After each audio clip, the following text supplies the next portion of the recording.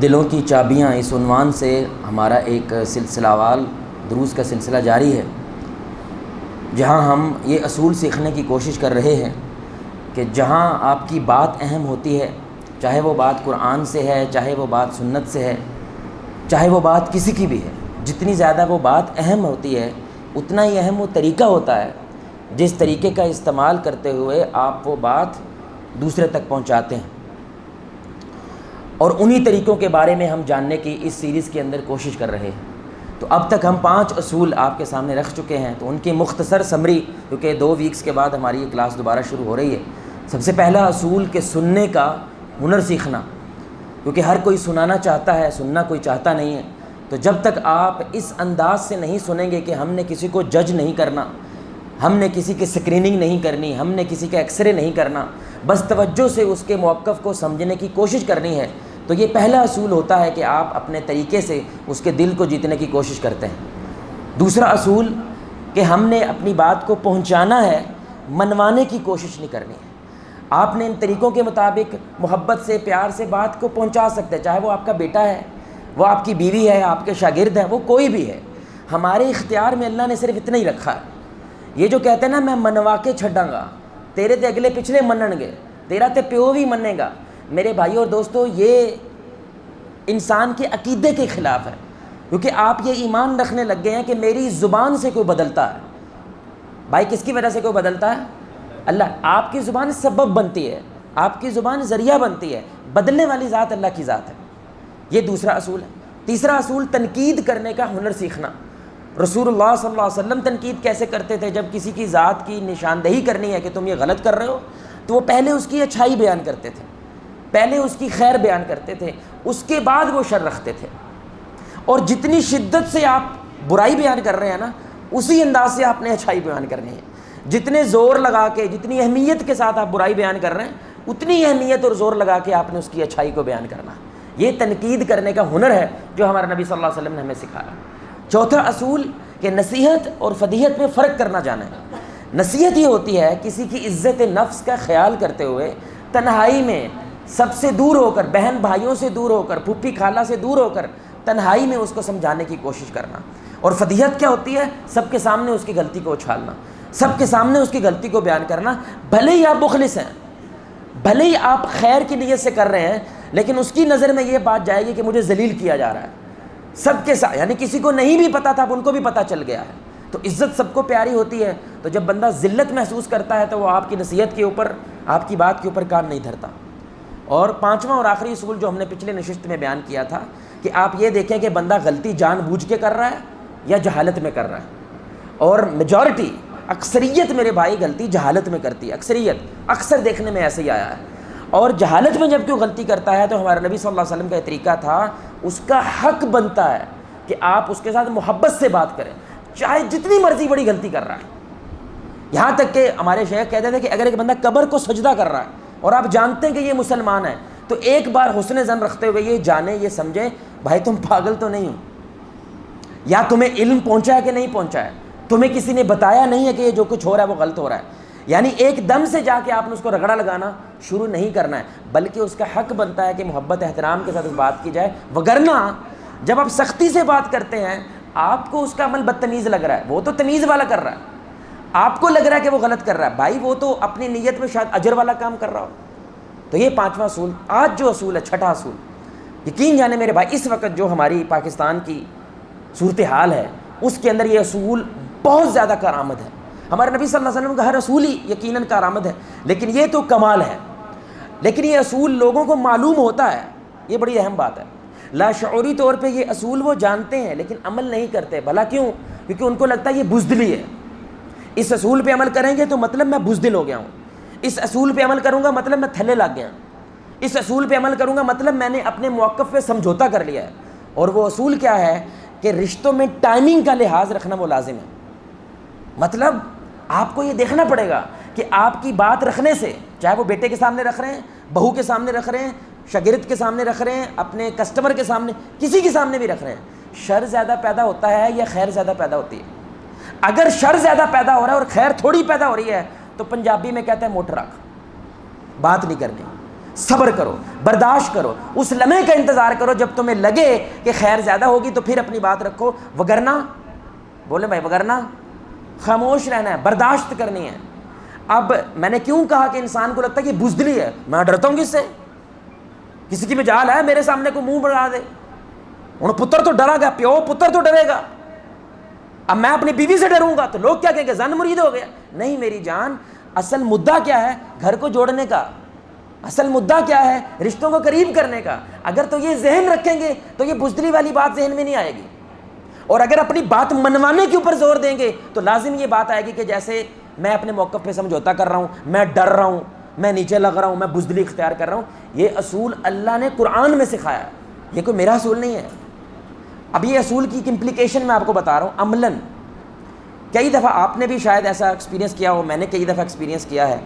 آپ کسی شادی پہ گئے ہیں، اب تو اچھے خاصے جو دیندار لوگ ہوتے ہیں آپ جانتے ہیں کہ وہ بھی عجیب و غریب کپڑوں میں پھر رہے ہوتے ہیں، تصویریں وغیرہ کا ایک باقاعدہ سرمنی ہوتی ہے۔ اب یعنی کہ تصویریں تو کوئی 4-5 لاکھ تصویریں تو ہم نے اتارنی ہے شادی کی، اگر یہ نہ کیا تو شادی تو ہونی کوئی نہیں ہماری۔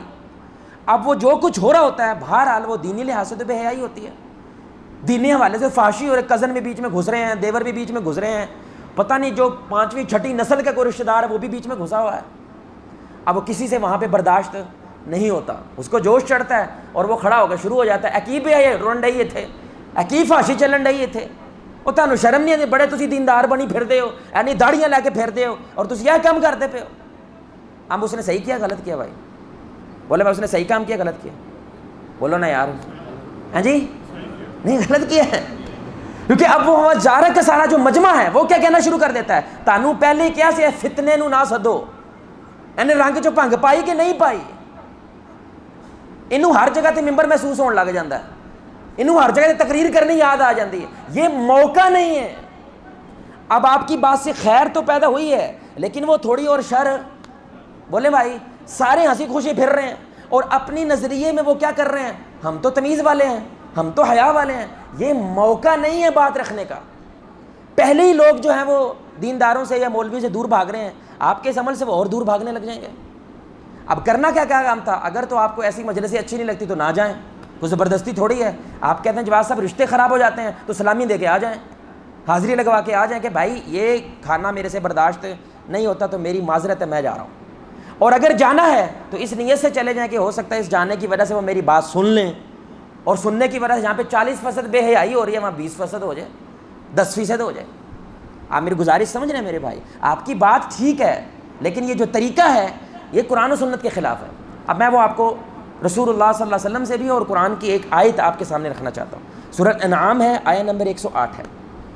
اللہ کہتے ہیں وَلَا تُسُبُّوا الَّذِينَ يَدْعُونَ مِن دُونِ اللَّهِ، یہ جن بتوں کی پوجا کر رہے ہیں نا اللہ کے ساتھ، وہ ہنومان ہے۔ ہنومان کیا ہے بھائی؟ باندر ہے۔ وہ گنیش ہے۔ وہ گنیش کیا ہے؟ ہاتھی ہے۔ وہ گھوڑا ہے۔ تھائی لینڈ کے اندر انسان کی شرمگاہوں کی پوجا کرتے ہیں، شرمگاہوں کی۔ اللہ یہ قرآن میں اصول بتا رہا ہے بے ادبی نہیں کرنی۔ ظاہری بات ہے، ایک مواحد آدمی جو وحدہ لا شریک کو مانتا ہے وہ کہ باندر پوج رہے ہو تم، اب باندر نہیں کہہ سکتے وہاں پہ جا کے، آپ سمجھ رہے ہیں میری بات؟ کیونکہ اللہ کہتا ہے جب تم یہ کہو گے وہ کیا کریں گے، فَيَسُبُّ اللَّهَ عَدْوًا بِغَيْرِ عِلْمٍ، وہ اللہ کو برا بھلا کہنا شروع کر دیں گے۔ ان کو لگے گا تم ہمارے خدا کو برا کہتے ہو تو ہم بولیں بھائی تو بڑا گناہ کیا ہے؟ اللہ کو برا بھلا کہنا۔ اس لیے یہ کام تمہیں کرنا نہیں چاہیے، کیونکہ تمہارے کرنے سے تم اصل میں کیا کہہ رہے ہو، ان کا کوئی ادب نہیں، اصل ادب کس کا ہے؟ لیکن یہ خیر والی بات ہے، لیکن شر کیا ہو رہا ہے؟ زیادہ پڑا ہو رہا ہے، وہ اللہ کو گالیاں دینا شروع ہو جاتے ہیں، وہ اللہ کو برا بھلا کہنا شروع ہو جاتے ہیں۔ اللہ یہ قرآن میں ہمیں اصول سکھا رہا ہے، یہ بزدلی نہیں ہے، یہ صحیح موقع کا انتظار کرنا ہے کہ جب صحیح موقع ہوگا میں اپنی بات ضرور رکھوں گا، سمجھوتا نہیں کروں گا۔ یہ مطلب نہیں ہے کہ میں ان کی بات مان رہا ہوں اپنی بات چھوڑ رہا ہوں، نہیں، میں صرف اور صرف صحیح لمحے کا انتظار کر رہا ہوں جہاں پہ خیر زیادہ پڑے اور شر تھوڑا ہو۔ دوسری دلیل بخاری کی حدیث ہے، شاید بہت سارے ساتھیوں کو نہ پتہ ہو، یہ جو آپ کعبہ دیکھتے ہیں نا بھائی، وہ مربع شکل کے اندر ایسے ہی ہے، یہ اصل نہیں ہے۔ جو ابراہیم علیہ السلام نے تعمیر وہ مستطیل شکل کا ہے، وہ مربع نہیں تھا۔ یہ جو حتیم ہے وہ جو آپ کو دائرہ سے نظر آتا ہے یہ کعبے کا حصہ ہے، لیکن جب رسول اللہ صلی اللہ علیہ وسلم کی تقریباً 35 سال عمر تھی نبوت سے پہلے، تو اس وقت یہ بوسیدہ حالت میں ہو گیا، تو قریش والوں نے جو حلال کی کمائی تھی نا، کیونکہ وہ کعبہ پہ صرف حلال کا پیسہ لگاتے تھے، جس میں ذرہ بھر بھی شبہ ہے کہ یہ حرام کا ہے، تو وہ پیسہ نہیں لگاتے تھے. تو انہوں نے جتنا تھا وہ لگایا اور کعبے کا ایک حصہ بچ گیا. تو اب انہوں نے یہ خواہش کی کہ جب پیسہ دوبارہ آئے گا تو دوبارہ تعمیر کر دیں گے. اب رسول اللہ صلی اللہ علیہ وسلم مکہ فتح کر لیا, کعبہ میں واپس آ گئے ہیں, حرم میں واپس آ گئے ہیں, سارے بتوں کو توڑ دیا ہے. اب تعمیر کرنا چاہیے. بولے بھائی اب تعمیر کرنا چاہیے اصل بنیادوں پہ, جو اصل کعبہ ہے. اب یہ بخاری کی حدیث ہے بھائی, یہ چھوٹی موٹی بات نہیں. عائشہ رضی اللہ تعالی عنہا, ان سے رسول اللہ صلی اللہ علیہ وسلم کہتے ہیں کہ اے عائشہ, اگر مجھے آپ کی قوم جو زمانہ جاہلیت کے آثار ابھی ان میں زندہ ہیں, یعنی ابھی پکے سچے مسلمان ہوئے نہیں ہوئے, ابھی ایمان ان کے اندر جمع نہیں ہوا, اگر مجھے اس کا خوف نہ ہوتا تو میں کعبہ کو دوبارہ اسی بنیادوں پہ تعمیر کرتا جس پہ ابراہیم علیہ السلام نے تعمیر کیا تھا, اور یہ جو باہر حصہ بچ گیا ہے اس کو بھی میں اندر شامل کرتا, لیکن میں ایسا کروں گا نہیں. یہ لوگ کہنے لگ جائیں گے کہ محمد نے جیسے ہی صلی اللہ علیہ وآلہ وسلم مکہ فتح کیا کعبہ بدل دیا. اب ان کو تو ایسے ہی لگے گا نا بھائی کہ کعبہ تبدیل ہو گیا ہے, اب کعبہ وہ نہیں رہا جو پہلے ہوا کرتا تھا, اس لیے ابھی نہیں کرنا, کیونکہ ابھی شر زیادہ پیدا ہوگا اور خیر, کیونکہ اگر ہم نہ بھی بنائیں طواف ہو جائے گا, اگر ہم نہ بھی کریں نمازیں ہو جائیں گی, اس میں کوئی مسئلہ پیدا نہیں ہوگا. اس لیے اس کو چھوڑنا بہتر ہے تاکہ شر نہ پیدا ہو جائے. سبحان اللہ, یہ رسول اللہ صلی اللہ علیہ وسلم, نعوذ باللہ نعوذ باللہ نعوذ باللہ. کیا ہمارے نبی صلی اللہ علیہ وسلم ڈر گئے تھے؟ نہیں, یہ بہادر تھے میرے بھائی, لیکن لوگوں کا خیال رکھنا پڑتا ہے کہ آپ کی پبلک کیسی ہے, آپ کی عوام کیسی ہے, اس کا فائدہ ہوگا یا نقصان ہوگا. اور تیسری اور آخری مثال میرے بھائی, بڑی کمال مثال ہے. دیکھیں مکہ کے اندر سب سے بڑی مشکل کیا تھی؟ ان کا ظلم کرنا, ان کے زیادتیاں کرنا. لیکن مدینہ میں سب سے بڑی مشکل کیا ہے؟ منافق پیدا ہو گئے. یہاں پہ مشکلیں نہیں ہیں, یہاں پہ پریشانیاں نہیں ہیں, لیکن منافق ہیں, صفوں میں کھڑے ہوئے ہیں, تنگ کرتے ہیں, تانے دیتے ہیں, رسول اللہ کو تانے دیتے ہیں, مومنین کو تانے دیتے ہیں. تو صحابہ کی جب بس ہو گئی نا, انہوں نے کہا یا رسول اللہ صلی اللہ علیہ وسلم آرڈر لگاؤ, توڑ لا دیتے ہیں, آرڈر لگاؤ ختم کر دیتے ہیں, فنا کر دیتے ہیں. اب تو مدینہ میں ہے, اب تو یہ ہماری اپنی ریاست بن رہی ہے, اب مکہ والی تو حالات ہے کوئی نہیں. اب یہ دیکھیں گا جملہ جو رسول اللہ صلی اللہ علیہ وسلم نے ارشاد فرمایا, آپ نے فرمایا لوگ کیا کہیں گے کہ محمد اپنے ساتھیوں کو قتل کرتا ہے صلی اللہ علیہ وسلم, کیونکہ لوگوں کی نظر میں وہ کلمہ پڑھ رہے ہیں, لوگوں کی نظر میں وہ تو مسجد بھی آ رہے ہیں, لوگوں کی نظر میں تو وہ جمعہ بھی پڑھ رہے ہیں. تو لوگوں کو کیا لگے گا کہ جو دین میں آئے اس کو تو مار دیا جاتا ہے, جو دین میں آئے اس کی تو توڑ لا دیتے ہیں, تو اس لیے ہم نہیں آ رہے. تو شر زیادہ پیدا ہوگا اور خیر پیدا ہوگی, لیکن تھوڑی ہوگی. آپ میری گزارش سمجھ رہے ہیں میرے بھائی, یہ قرآن و سنت کا اصول ہے, ہم کو پلے سے لے کے نہیں آئے ہیں.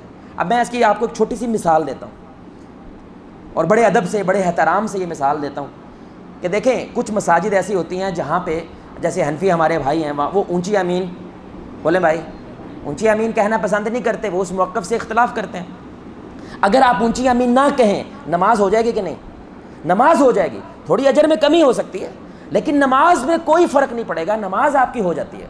اور شیخ الاسلام ابن تیمیہ رحمۃ اللہ علیہ, ان کا یہ فتویٰ ہے مجموع الفتاویٰ میں کہ اگر سنت چھوڑنے سے اتفاق اور اتحاد کی فضا بلند ہوتی ہے تو یہ چھوڑنا افضل ہے, تاکہ اتفاق اور اتحاد کی فضا جو ہے وہ قائم رہے, کو فتنہ نہ پیدا ہو. اب کئی دفعہ ایسے خصوصاً جو پنڈ دیہات کے لوگ ہوتے ہیں, ان کو لگتا ہے کہ جہاد کا ٹائم تو یہی ہے, وہ مسجد جاتے ہیں اور بلند آواز سے, اب دیکھیں ٹوٹل خاموشی ہے, ان کو آپ سے کوئی مسئلہ نہیں ہے, یہ نیچرل نہیں ہوتا ان کے لیے کہ ٹوٹل خاموشی, اور ایک بندہ آمین اونچا بولے گا تو ظاہری بات ہے کان کھڑے ہوں گے ساروں کے بھائی. اب وہ نماز ختم ہوگی, وہ کیا کریں گے؟ وہ غصہ کریں گے, ان کو برا لگے گا, وہ کیا کہیں گے بھائی اے جی امین اونچی کہنی نہ تے اپنے مسیتے جا کے کہو, ایتھے کہنی. وہ آگے سے کیا کہتا ہے, تہاڈے پیو دی مسیتی ہے, یہ اللہ دی مسیتی ہے, یہ ویڈیو بنی ہوئی ہے, تہاڈے پیو دی مسجد ہے, یہ تو رب کی مسجد ہے, ہم رب کی مسجد ہے جو مرضی کریں, اور یہ تو سنت ہے, یہ تو بخاری کی حدیث ہے.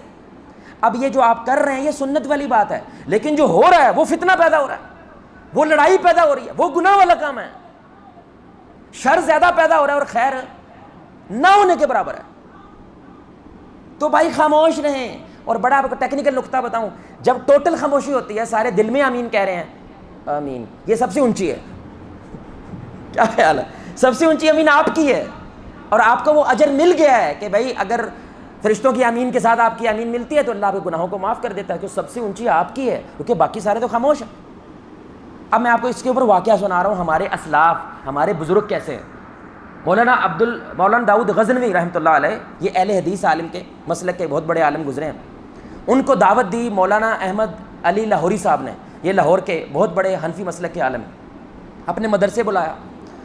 تو یہ داؤد صاحب جب اپنے مدرسے سے نکلے, انہوں نے اپنے سارے شاگردوں کو, جو خاص شاگرد ہوتے ہیں ان کے, جو اے گریڈ والے شاگرد ہوتے ہیں تو ان کو لے کے جاتے ہیں وہ، تو ان کے کہنے لگے بیٹا ہم جہاں پہ جا رہے ہیں وہ اونچی آمین پسند نہیں کرتے یا اس سے اختلاف رکھتے ہیں، تو ہمارا اصل مقصد رواداری کو بڑھانا ہے، اتفاق اور اتحاد کی فضا کو قائم کرنا تاکہ موقف پہنچا سکیں، تو ذرا ہاتھ تھوڑا رکھنا، آج آمین جو ہے نا تھوڑا دھیمے آواز سے کہنا۔ یہ کہہ کے وہ چلے گئے، تو جمعے کا دن تھا، شامل ہوئے تو ولدالین ہوا، چھت پھاڑ آمین کی آواز آئی۔ تو یہ داؤد صاحب کہتے ہیں کہ پہلی رکعت میں مجھے لگا عادتاً کہہ دیا ہے، شاید آگے نہ کہیں، دوسری رکعت میں پھر چھت پھاڑ آمین ہوئی۔ یہ پریشان ہوئے، سمجھایا تھے بتیرا سی لیکن مننے نہیں ساڈی۔ وہ جب کھانے کی میز پہ آئے تو لاہوری صاحب کو کہتے ہیں کہ جناب معذرت ہے، میں ان کو کہا تھا کہ یہ کام نہ کیجیے گا لیکن جوش میں آ گئے شاید، یا ان کی عادت کی وجہ سے انہوں نے دوبارہ ایسا کہہ دیا۔ انہوں نے کہا تو آپ کے شاگردوں نے ایسا نہیں کیا۔ انہوں نے کہا میں سمجھا نہیں۔ انہوں نے کہا جی آپ کی جب دعوت ہمیں ملی کہ آپ ہمارے مدرسے تشریف لا رہے ہیں تو ہم نے اپنے شاگردوں کو بٹھایا، اپنی مسجد میں ایک درس دیا کہ ہمارے پاس مہمان آ رہے ہیں اور ان کا موقف ہے کہ آمین اونچی ہونی چاہیے، تو تسی نیوی کہندے ہو، آج اینج دی کہنی ہے کہ چھت پھاڑ دیں آپ، آج ایسی آمین کہنی ہے کہ دل خوش کر دیں آپ، یہ بھی سنت ہے، اس پہ بھی عمل کرنا چاہیے۔ کہتے ہیں تو ہمارے لوگوں نے آمین کہی ہے، آپ کے لوگوں نے نہیں کہی۔ وہ بھی کیا سوچ رہے ہیں کہ کہیں شر زیادہ نہ ہو جائے کہ صرف ایک آمین کہنے کی وجہ جس مقصد کے لیے اکٹھے ہیں وہ مقصد خراب ہو جائے، اور وہ بھی یہی سوچ رہے ہیں۔ دونوں ایک ہی اصول کی بنیاد پہ جب سوچتے ہیں، دیکھیں خیر کتنی بڑی پیدا ہو جاتی ہے، سبحان اللہ۔ تو میرے بھائی یہ جب انداز آپ اختیار کرتے ہیں تو اس کا مطلب بزدلی نہیں ہوتا، اپنے موقف پہ سمجھوتا کرنا نہیں ہوتا، اس کا مطلب صرف یہ ہوتا ہے کہ ہم نے رشتہ ٹوٹنے نہیں دینا، بس اس کا اصل مقصد ہی ہوتا ہے، جوڑ کے رکھنا ہے، تھوڑا سا ڈیلے کر دیتے ہیں، آپ اپنے نصیحت کو پوسٹ پون کر لیتے ہیں، سمجھوتا نہیں کرتے ہیں۔ اب ایک اور مثال دیکھیں کہ جب خاوند یا آپ کا جو بچہ ہے وہ اسکول سے یا جاب سے واپس آتے ہیں، وہ سٹریس ہوتے ہیں، ان کا مائنڈ سٹریس میں ہوتا ہے، ذہنی دباؤ میں ہوتا ہے، 8 گھنٹے 10 گھنٹے 15 گھنٹے کھپ کے آئے ہوئے ہیں۔ اب جیسے ہی بندہ گھر میں انٹر اور بیوی جو ہے نا شکایتوں کی ساری بوچھاڑ آپ کے سامنے رکھ دے، تپ چڑھے گی؟ بولے میں تپ چڑھے گی؟ کیا بیوی کو شکایت نہیں کرنی چاہیے؟ بولے میں بیوی کو شکایت نہیں کرنی چاہیے۔ اپنے منڈے نے سمجھاؤ، صبح دا بیٹھا جی منہ بنا کے روٹی نہیں کھا رہا، یہ ٹائم نہیں ہے، کیونکہ ابھی تم کہو گے تو اس کو غصہ آئے گا، اس کو ایسا لگنے لگے گا میرا احساس نہیں ہے، میرا پسینہ چھوٹ رہا ہے، کپڑے سارے پسینے والے ہیں لیکن یہ پھر بھی میرے اوپر شکایتوں کا بوجھ لاد رہی ہے، تو احساس نہ ہونے کی وجہ سے غصہ کرے گا کہ یہ آپ کی وجہ سے ہوا ہے، کیونکہ آپ نے اس اصول کا استعمال، یہ ابھی ٹائمنگ نہیں ہے۔ آپ کا بچہ فیل ہو گیا ہے، یہ مثال ہے، ابھی نہ بولو یار، ابھی نہ بولو، اس نے 1 سال محنت کی، جیسی مرضی کی، جو ہونا تھا وہ ہو گیا، ابھی نہ بولو، جیسی کھاتا ڈبو چھڑے نا پیسے، میرے رام دی کمائی ہے، میں رام دا کماؤں، پیسے درختوں دے لاگتے ہیں، وہ کی نہیں کیتا، جو تم منگیا ہو تو یہ ٹائم نہیں ہے، یہ ٹائم نہیں ہے، تھوڑا سا انتظار کر لو بھائی، ٹھنڈا ہونے دو پھر اپنی بات رکھیں، کیونکہ اس لمحے وہ ویٹ کر رہا ہے کہ گملہ آنے والا ہے آگے سے، لیکن اگر آپ پھول دے دیں گے نا میرے بھائی، ساری گیم سدھر جاتی ہے، ساری گیم ٹھیک ہو جاتی ہے۔ اسی طرح آپ کو پتہ ہوتا ہے کہ میری بیوی کی یہ چھیڑ ہے، جب بھی میں اس کے بھائیوں کے اوپر کوئی جگت مارتا ہوں تو یہ چھڑ جاتی ہے، تو بھائی نہ مارو، پتہ ہے نا کہ اس کی وجہ شر پیدا ہو رہا ہے، اچھی خاصی گھنٹہ ڈسکشن صحیح چل رہی ہے، ایک دم سے آپ اس کے بھائی کو چھیڑ دیتے ہیں، ایک دم سے آپ اس کی نند کو چھیڑ دیتے ہیں، کسی اور کو چھیڑ دیتے ہیں، اور ساری گیم خراب ہو جاتی ہے۔ اب آپ نے کیا یہ، آپ یہ نہیں کہہ سکتے میری بیوی چنگی نہیں، اے عورت چنگی نہیں، صحیح کیا سارے نبی صلی اللہ علیہ وسلم نے جہنم تو ساری عورتیں ہی جانیاں نا، نہیں ایسے نہ کریں میرے بھائی، یہ آپ کے اس اصول کو توڑنے کی وجہ سے ہوا ہے۔ اب پٹھان بھائی کو آپ بولیں گے اے کوچے ادھر آؤ میری بات سنو، اور بعد میں کہیں نماز ادا کیا کرو، نہیں ایسے نہیں، کوچا کہہ کے نہیں بلانا ہے، آپ کوچا کہیں گے تو ظاہری بات ہے اس کو غصہ آئے گا، وہ ٹریگر ہوگا، ہرے پگڑی والے آپ کو طوطے ادھر آ، نہ ایسے نہ کریں، آپ کو پتہ ہے طوطا ان کی چھیڑ ہے، آپ میری گزارش سمجھ رہے ہیں، یہ آپ اصول توڑ رہے ہیں، اس اصول کے خلاف جا رہے ہیں۔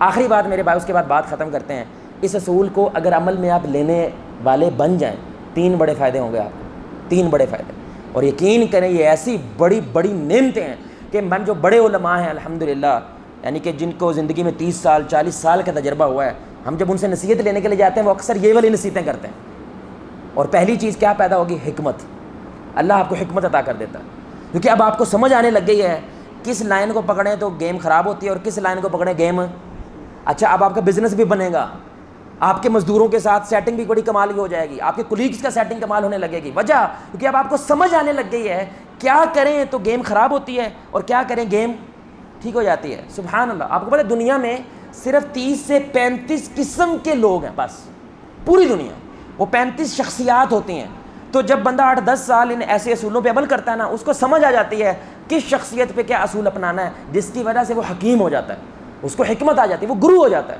اور رسول اللہ صلی اللہ علیہ وسلم سے بڑا حکیم کون ہو سکتا ہے؟ اور یہی چیز انہوں نے آگے صحابہ کو سکھائی. عمر بن خطاب رضی اللہ تعالیٰ عنہ کتنے روب والے تھے. کوئی بھی مسئلہ ہوتا تھا وہ پہلی بات رسول اللہ کیا کہتے تھے؟ یا رسول اللہ ختم کر دیتے ہیں، فنا کر دیتے ہیں. لیکن جب خلیفہ بنے ہیں تو یہی رسول اللہ صلی اللہ علیہ وسلم کے اصولوں کی وجہ سے 22 لاکھ مربع میل تک اسلام کو پھیلا دیا، اس حکمت کی وجہ سے کہ ابھی یہ کام نہیں کرنا، ابھی یہ کام کرنا ہے، ابھی یہ جنگ کرنی ہے، ابھی جنگ نہیں کرنی ہے. یہ حکمت کہ اللہ تعالیٰ اس کو سکھا دیتا ہے جو اس اصول پہ عمل کرتا ہے. دوسری چیز لازماً برداشت. اب آپ کا پھٹنے کا دل تو بڑا کر رہا ہوتا ہے، آپ کا بڑاس نکالنے کا دل تو بڑا کرتا ہے، آپ کا دل تو بڑا کرتا ہے کہ میں بڑا عالم ہوں، مجھے ساری باتیں پتہ ہیں، مجھے ساری چیزیں پتہ ہیں، بس نکال دو جو نکالنا ہے. نہیں بھائی، مٹھ رکھنی ہے. اور اس کی وجہ سے آپ کے اندر کیا پیدا ہو جاتی ہے؟ برداشت. اور برداشت تو پیدا ہو جائے P T I known league والوں میں، آپ دیکھیں ہمارے پاکستان کا مسئلہ حل ہو جائے، یہ دونوں بیٹھنے والے بن جائیں، مسئلے حل ہو گئے کہ نہیں ہوں گے؟ لیکن نہ وہ اس کو برداشت کر رہا ہے نا، کیونکہ ہے نہیں ہے بھائی، جو چیز ہے ہی نہیں ہے وہ آئے گی کہاں سے؟ برداشت کرنا پڑتا ہے. یہاں پہ رسول اللہ ابو جہل کو برداشت کر رہے ہیں، اور تھوڑی بہت 13 سے 15 سال برداشت کیا ہے. نام عمر ہے اس کا، جاہلوں کا باپ کہتے ہیں اس کو، لیکن برداشت کیا ہے. بولے بھائی ابو لہب کہہ رہے اللہ کرے آپ کے ہاتھ ٹوٹے، نعوذ باللہ نعوذ باللہ. برداشت کیا ہے. بولے بھائی ان کی نظروں کے سامنے ان کے صحابہ کو 2 ٹانگوں سے چیر دیا جاتا تھا، برداشت کیا ہے. لیول نہیں ہے، یہ صحابہ دیکھ نہیں رہے، کیونکہ ابھی لڑنا شر زیادہ پیدا کرے گا اور خیر ابھی نہیں. ہمارا وقت آئے گا، اور وقت آیا، بدر میں آیا نا، پوری دنیا کو پتہ چل گیا کوئی جنگ ہوئی تھی صرف 313 کی 1000 کے ساتھ. تو دوسری چیز کیا ہے؟ برداشت پیدا ہوتی ہے. اور آخری چیز، آپ کے رشتوں کے اندر گہرائی پیدا ہو جاتی ہے. آپ یقین کریں کبھی ٹھنڈے دماغ سے بیٹھیں اور بتائیں آپ کی بیوی کو 3 باتیں جو بری لگتی ہیں وہ کون سی ہیں، اور بیوی بیٹھے کہ شوہر کو جو 3 باتیں بری لگتی ہیں وہ کون سی ہیں. آپ لکھنا مشکل ہو جائے گا، کیونکہ یہ والا اصول جب عمل میں آتا ہے تو آپ کو سمجھ آتی ہے کہ بیوی نے ایتھے نہیں چھیڑنا، اے اندی چھیڑ ہے، یہ اس کی دم ہے بھائی، ادھر ہاتھ لگاتے جو گیم خراب ہو جاتی ہے، گھر خراب ہو جاتا ہے. اور یہی بیوی کو سمجھ آ جاتی ہے کہ اس لمحے شوہر کو چھیڑنا نہیں چھیڑنا، کیونکہ یہ چھیڑیں گے تو گھر کا ماحول ہے. اب اس سے کیا پیدا ہو رہا ہے؟ عزت زیادہ ہو رہی ہے کم ہو رہی ہے؟ احترام زیادہ ہو رہا ہے کم ہو رہا ہے؟ رشتوں کی گہرائی سمجھ آ رہی ہے کہ ان کو کیا اچھا لگتا ہے اور کیا برا لگتا ہے، اس کے مطابق ہم نے ان سے ڈیلنگ کرنی، اس کے مطابق اس سے معاملات کرنا. سبحان اللہ. یہ 3 فوائد ہیں میرے بھائی اگر ہم اس اصول کو اپنا لیں. اللہ سے دعا ہے اللہ ہمیں اس اصول کے مطابق اپنے رشتوں کی تبدیل کرنے کی، ان کے اندر تبدیلیاں پیدا کرنے کی توفیق عطا فرمائے. اللہ آپ کو، مجھے، ہم سب کو محمد رسول اللہ صلی اللہ علیہ وآلہ وسلم کی ذات کے ساتھ جنت الفردوس میں اس انداز سے اکٹھا کرے، ہم سب مل کے اللہ کے چہرے کو آسمان میں دیکھیں 14ویں رات کا چاند. ہم آخر میں یقیناً مشق کرتے ہیں کہ سارے بھائی کھڑے ہوں گے، ایک دوسرے گلے سے لگائیں گے، کیونکہ یہ رشتوں کے بارے میں سیریز ہے، تو کوشش کریں گھر پہ جا کے یہ کام کیا کریں کہ آپ گلے لگیں اور کیا کہیں، میں آپ سے اللہ کے لیے محبت کرتا ہوں. تو میں بھائی آپ سے اللہ کے لیے محبت کرتا ہوں، کوئی بات بری لگ جائے تو معذرت ہے. السلام علیکم ورحمۃ اللہ وبرکاتہ.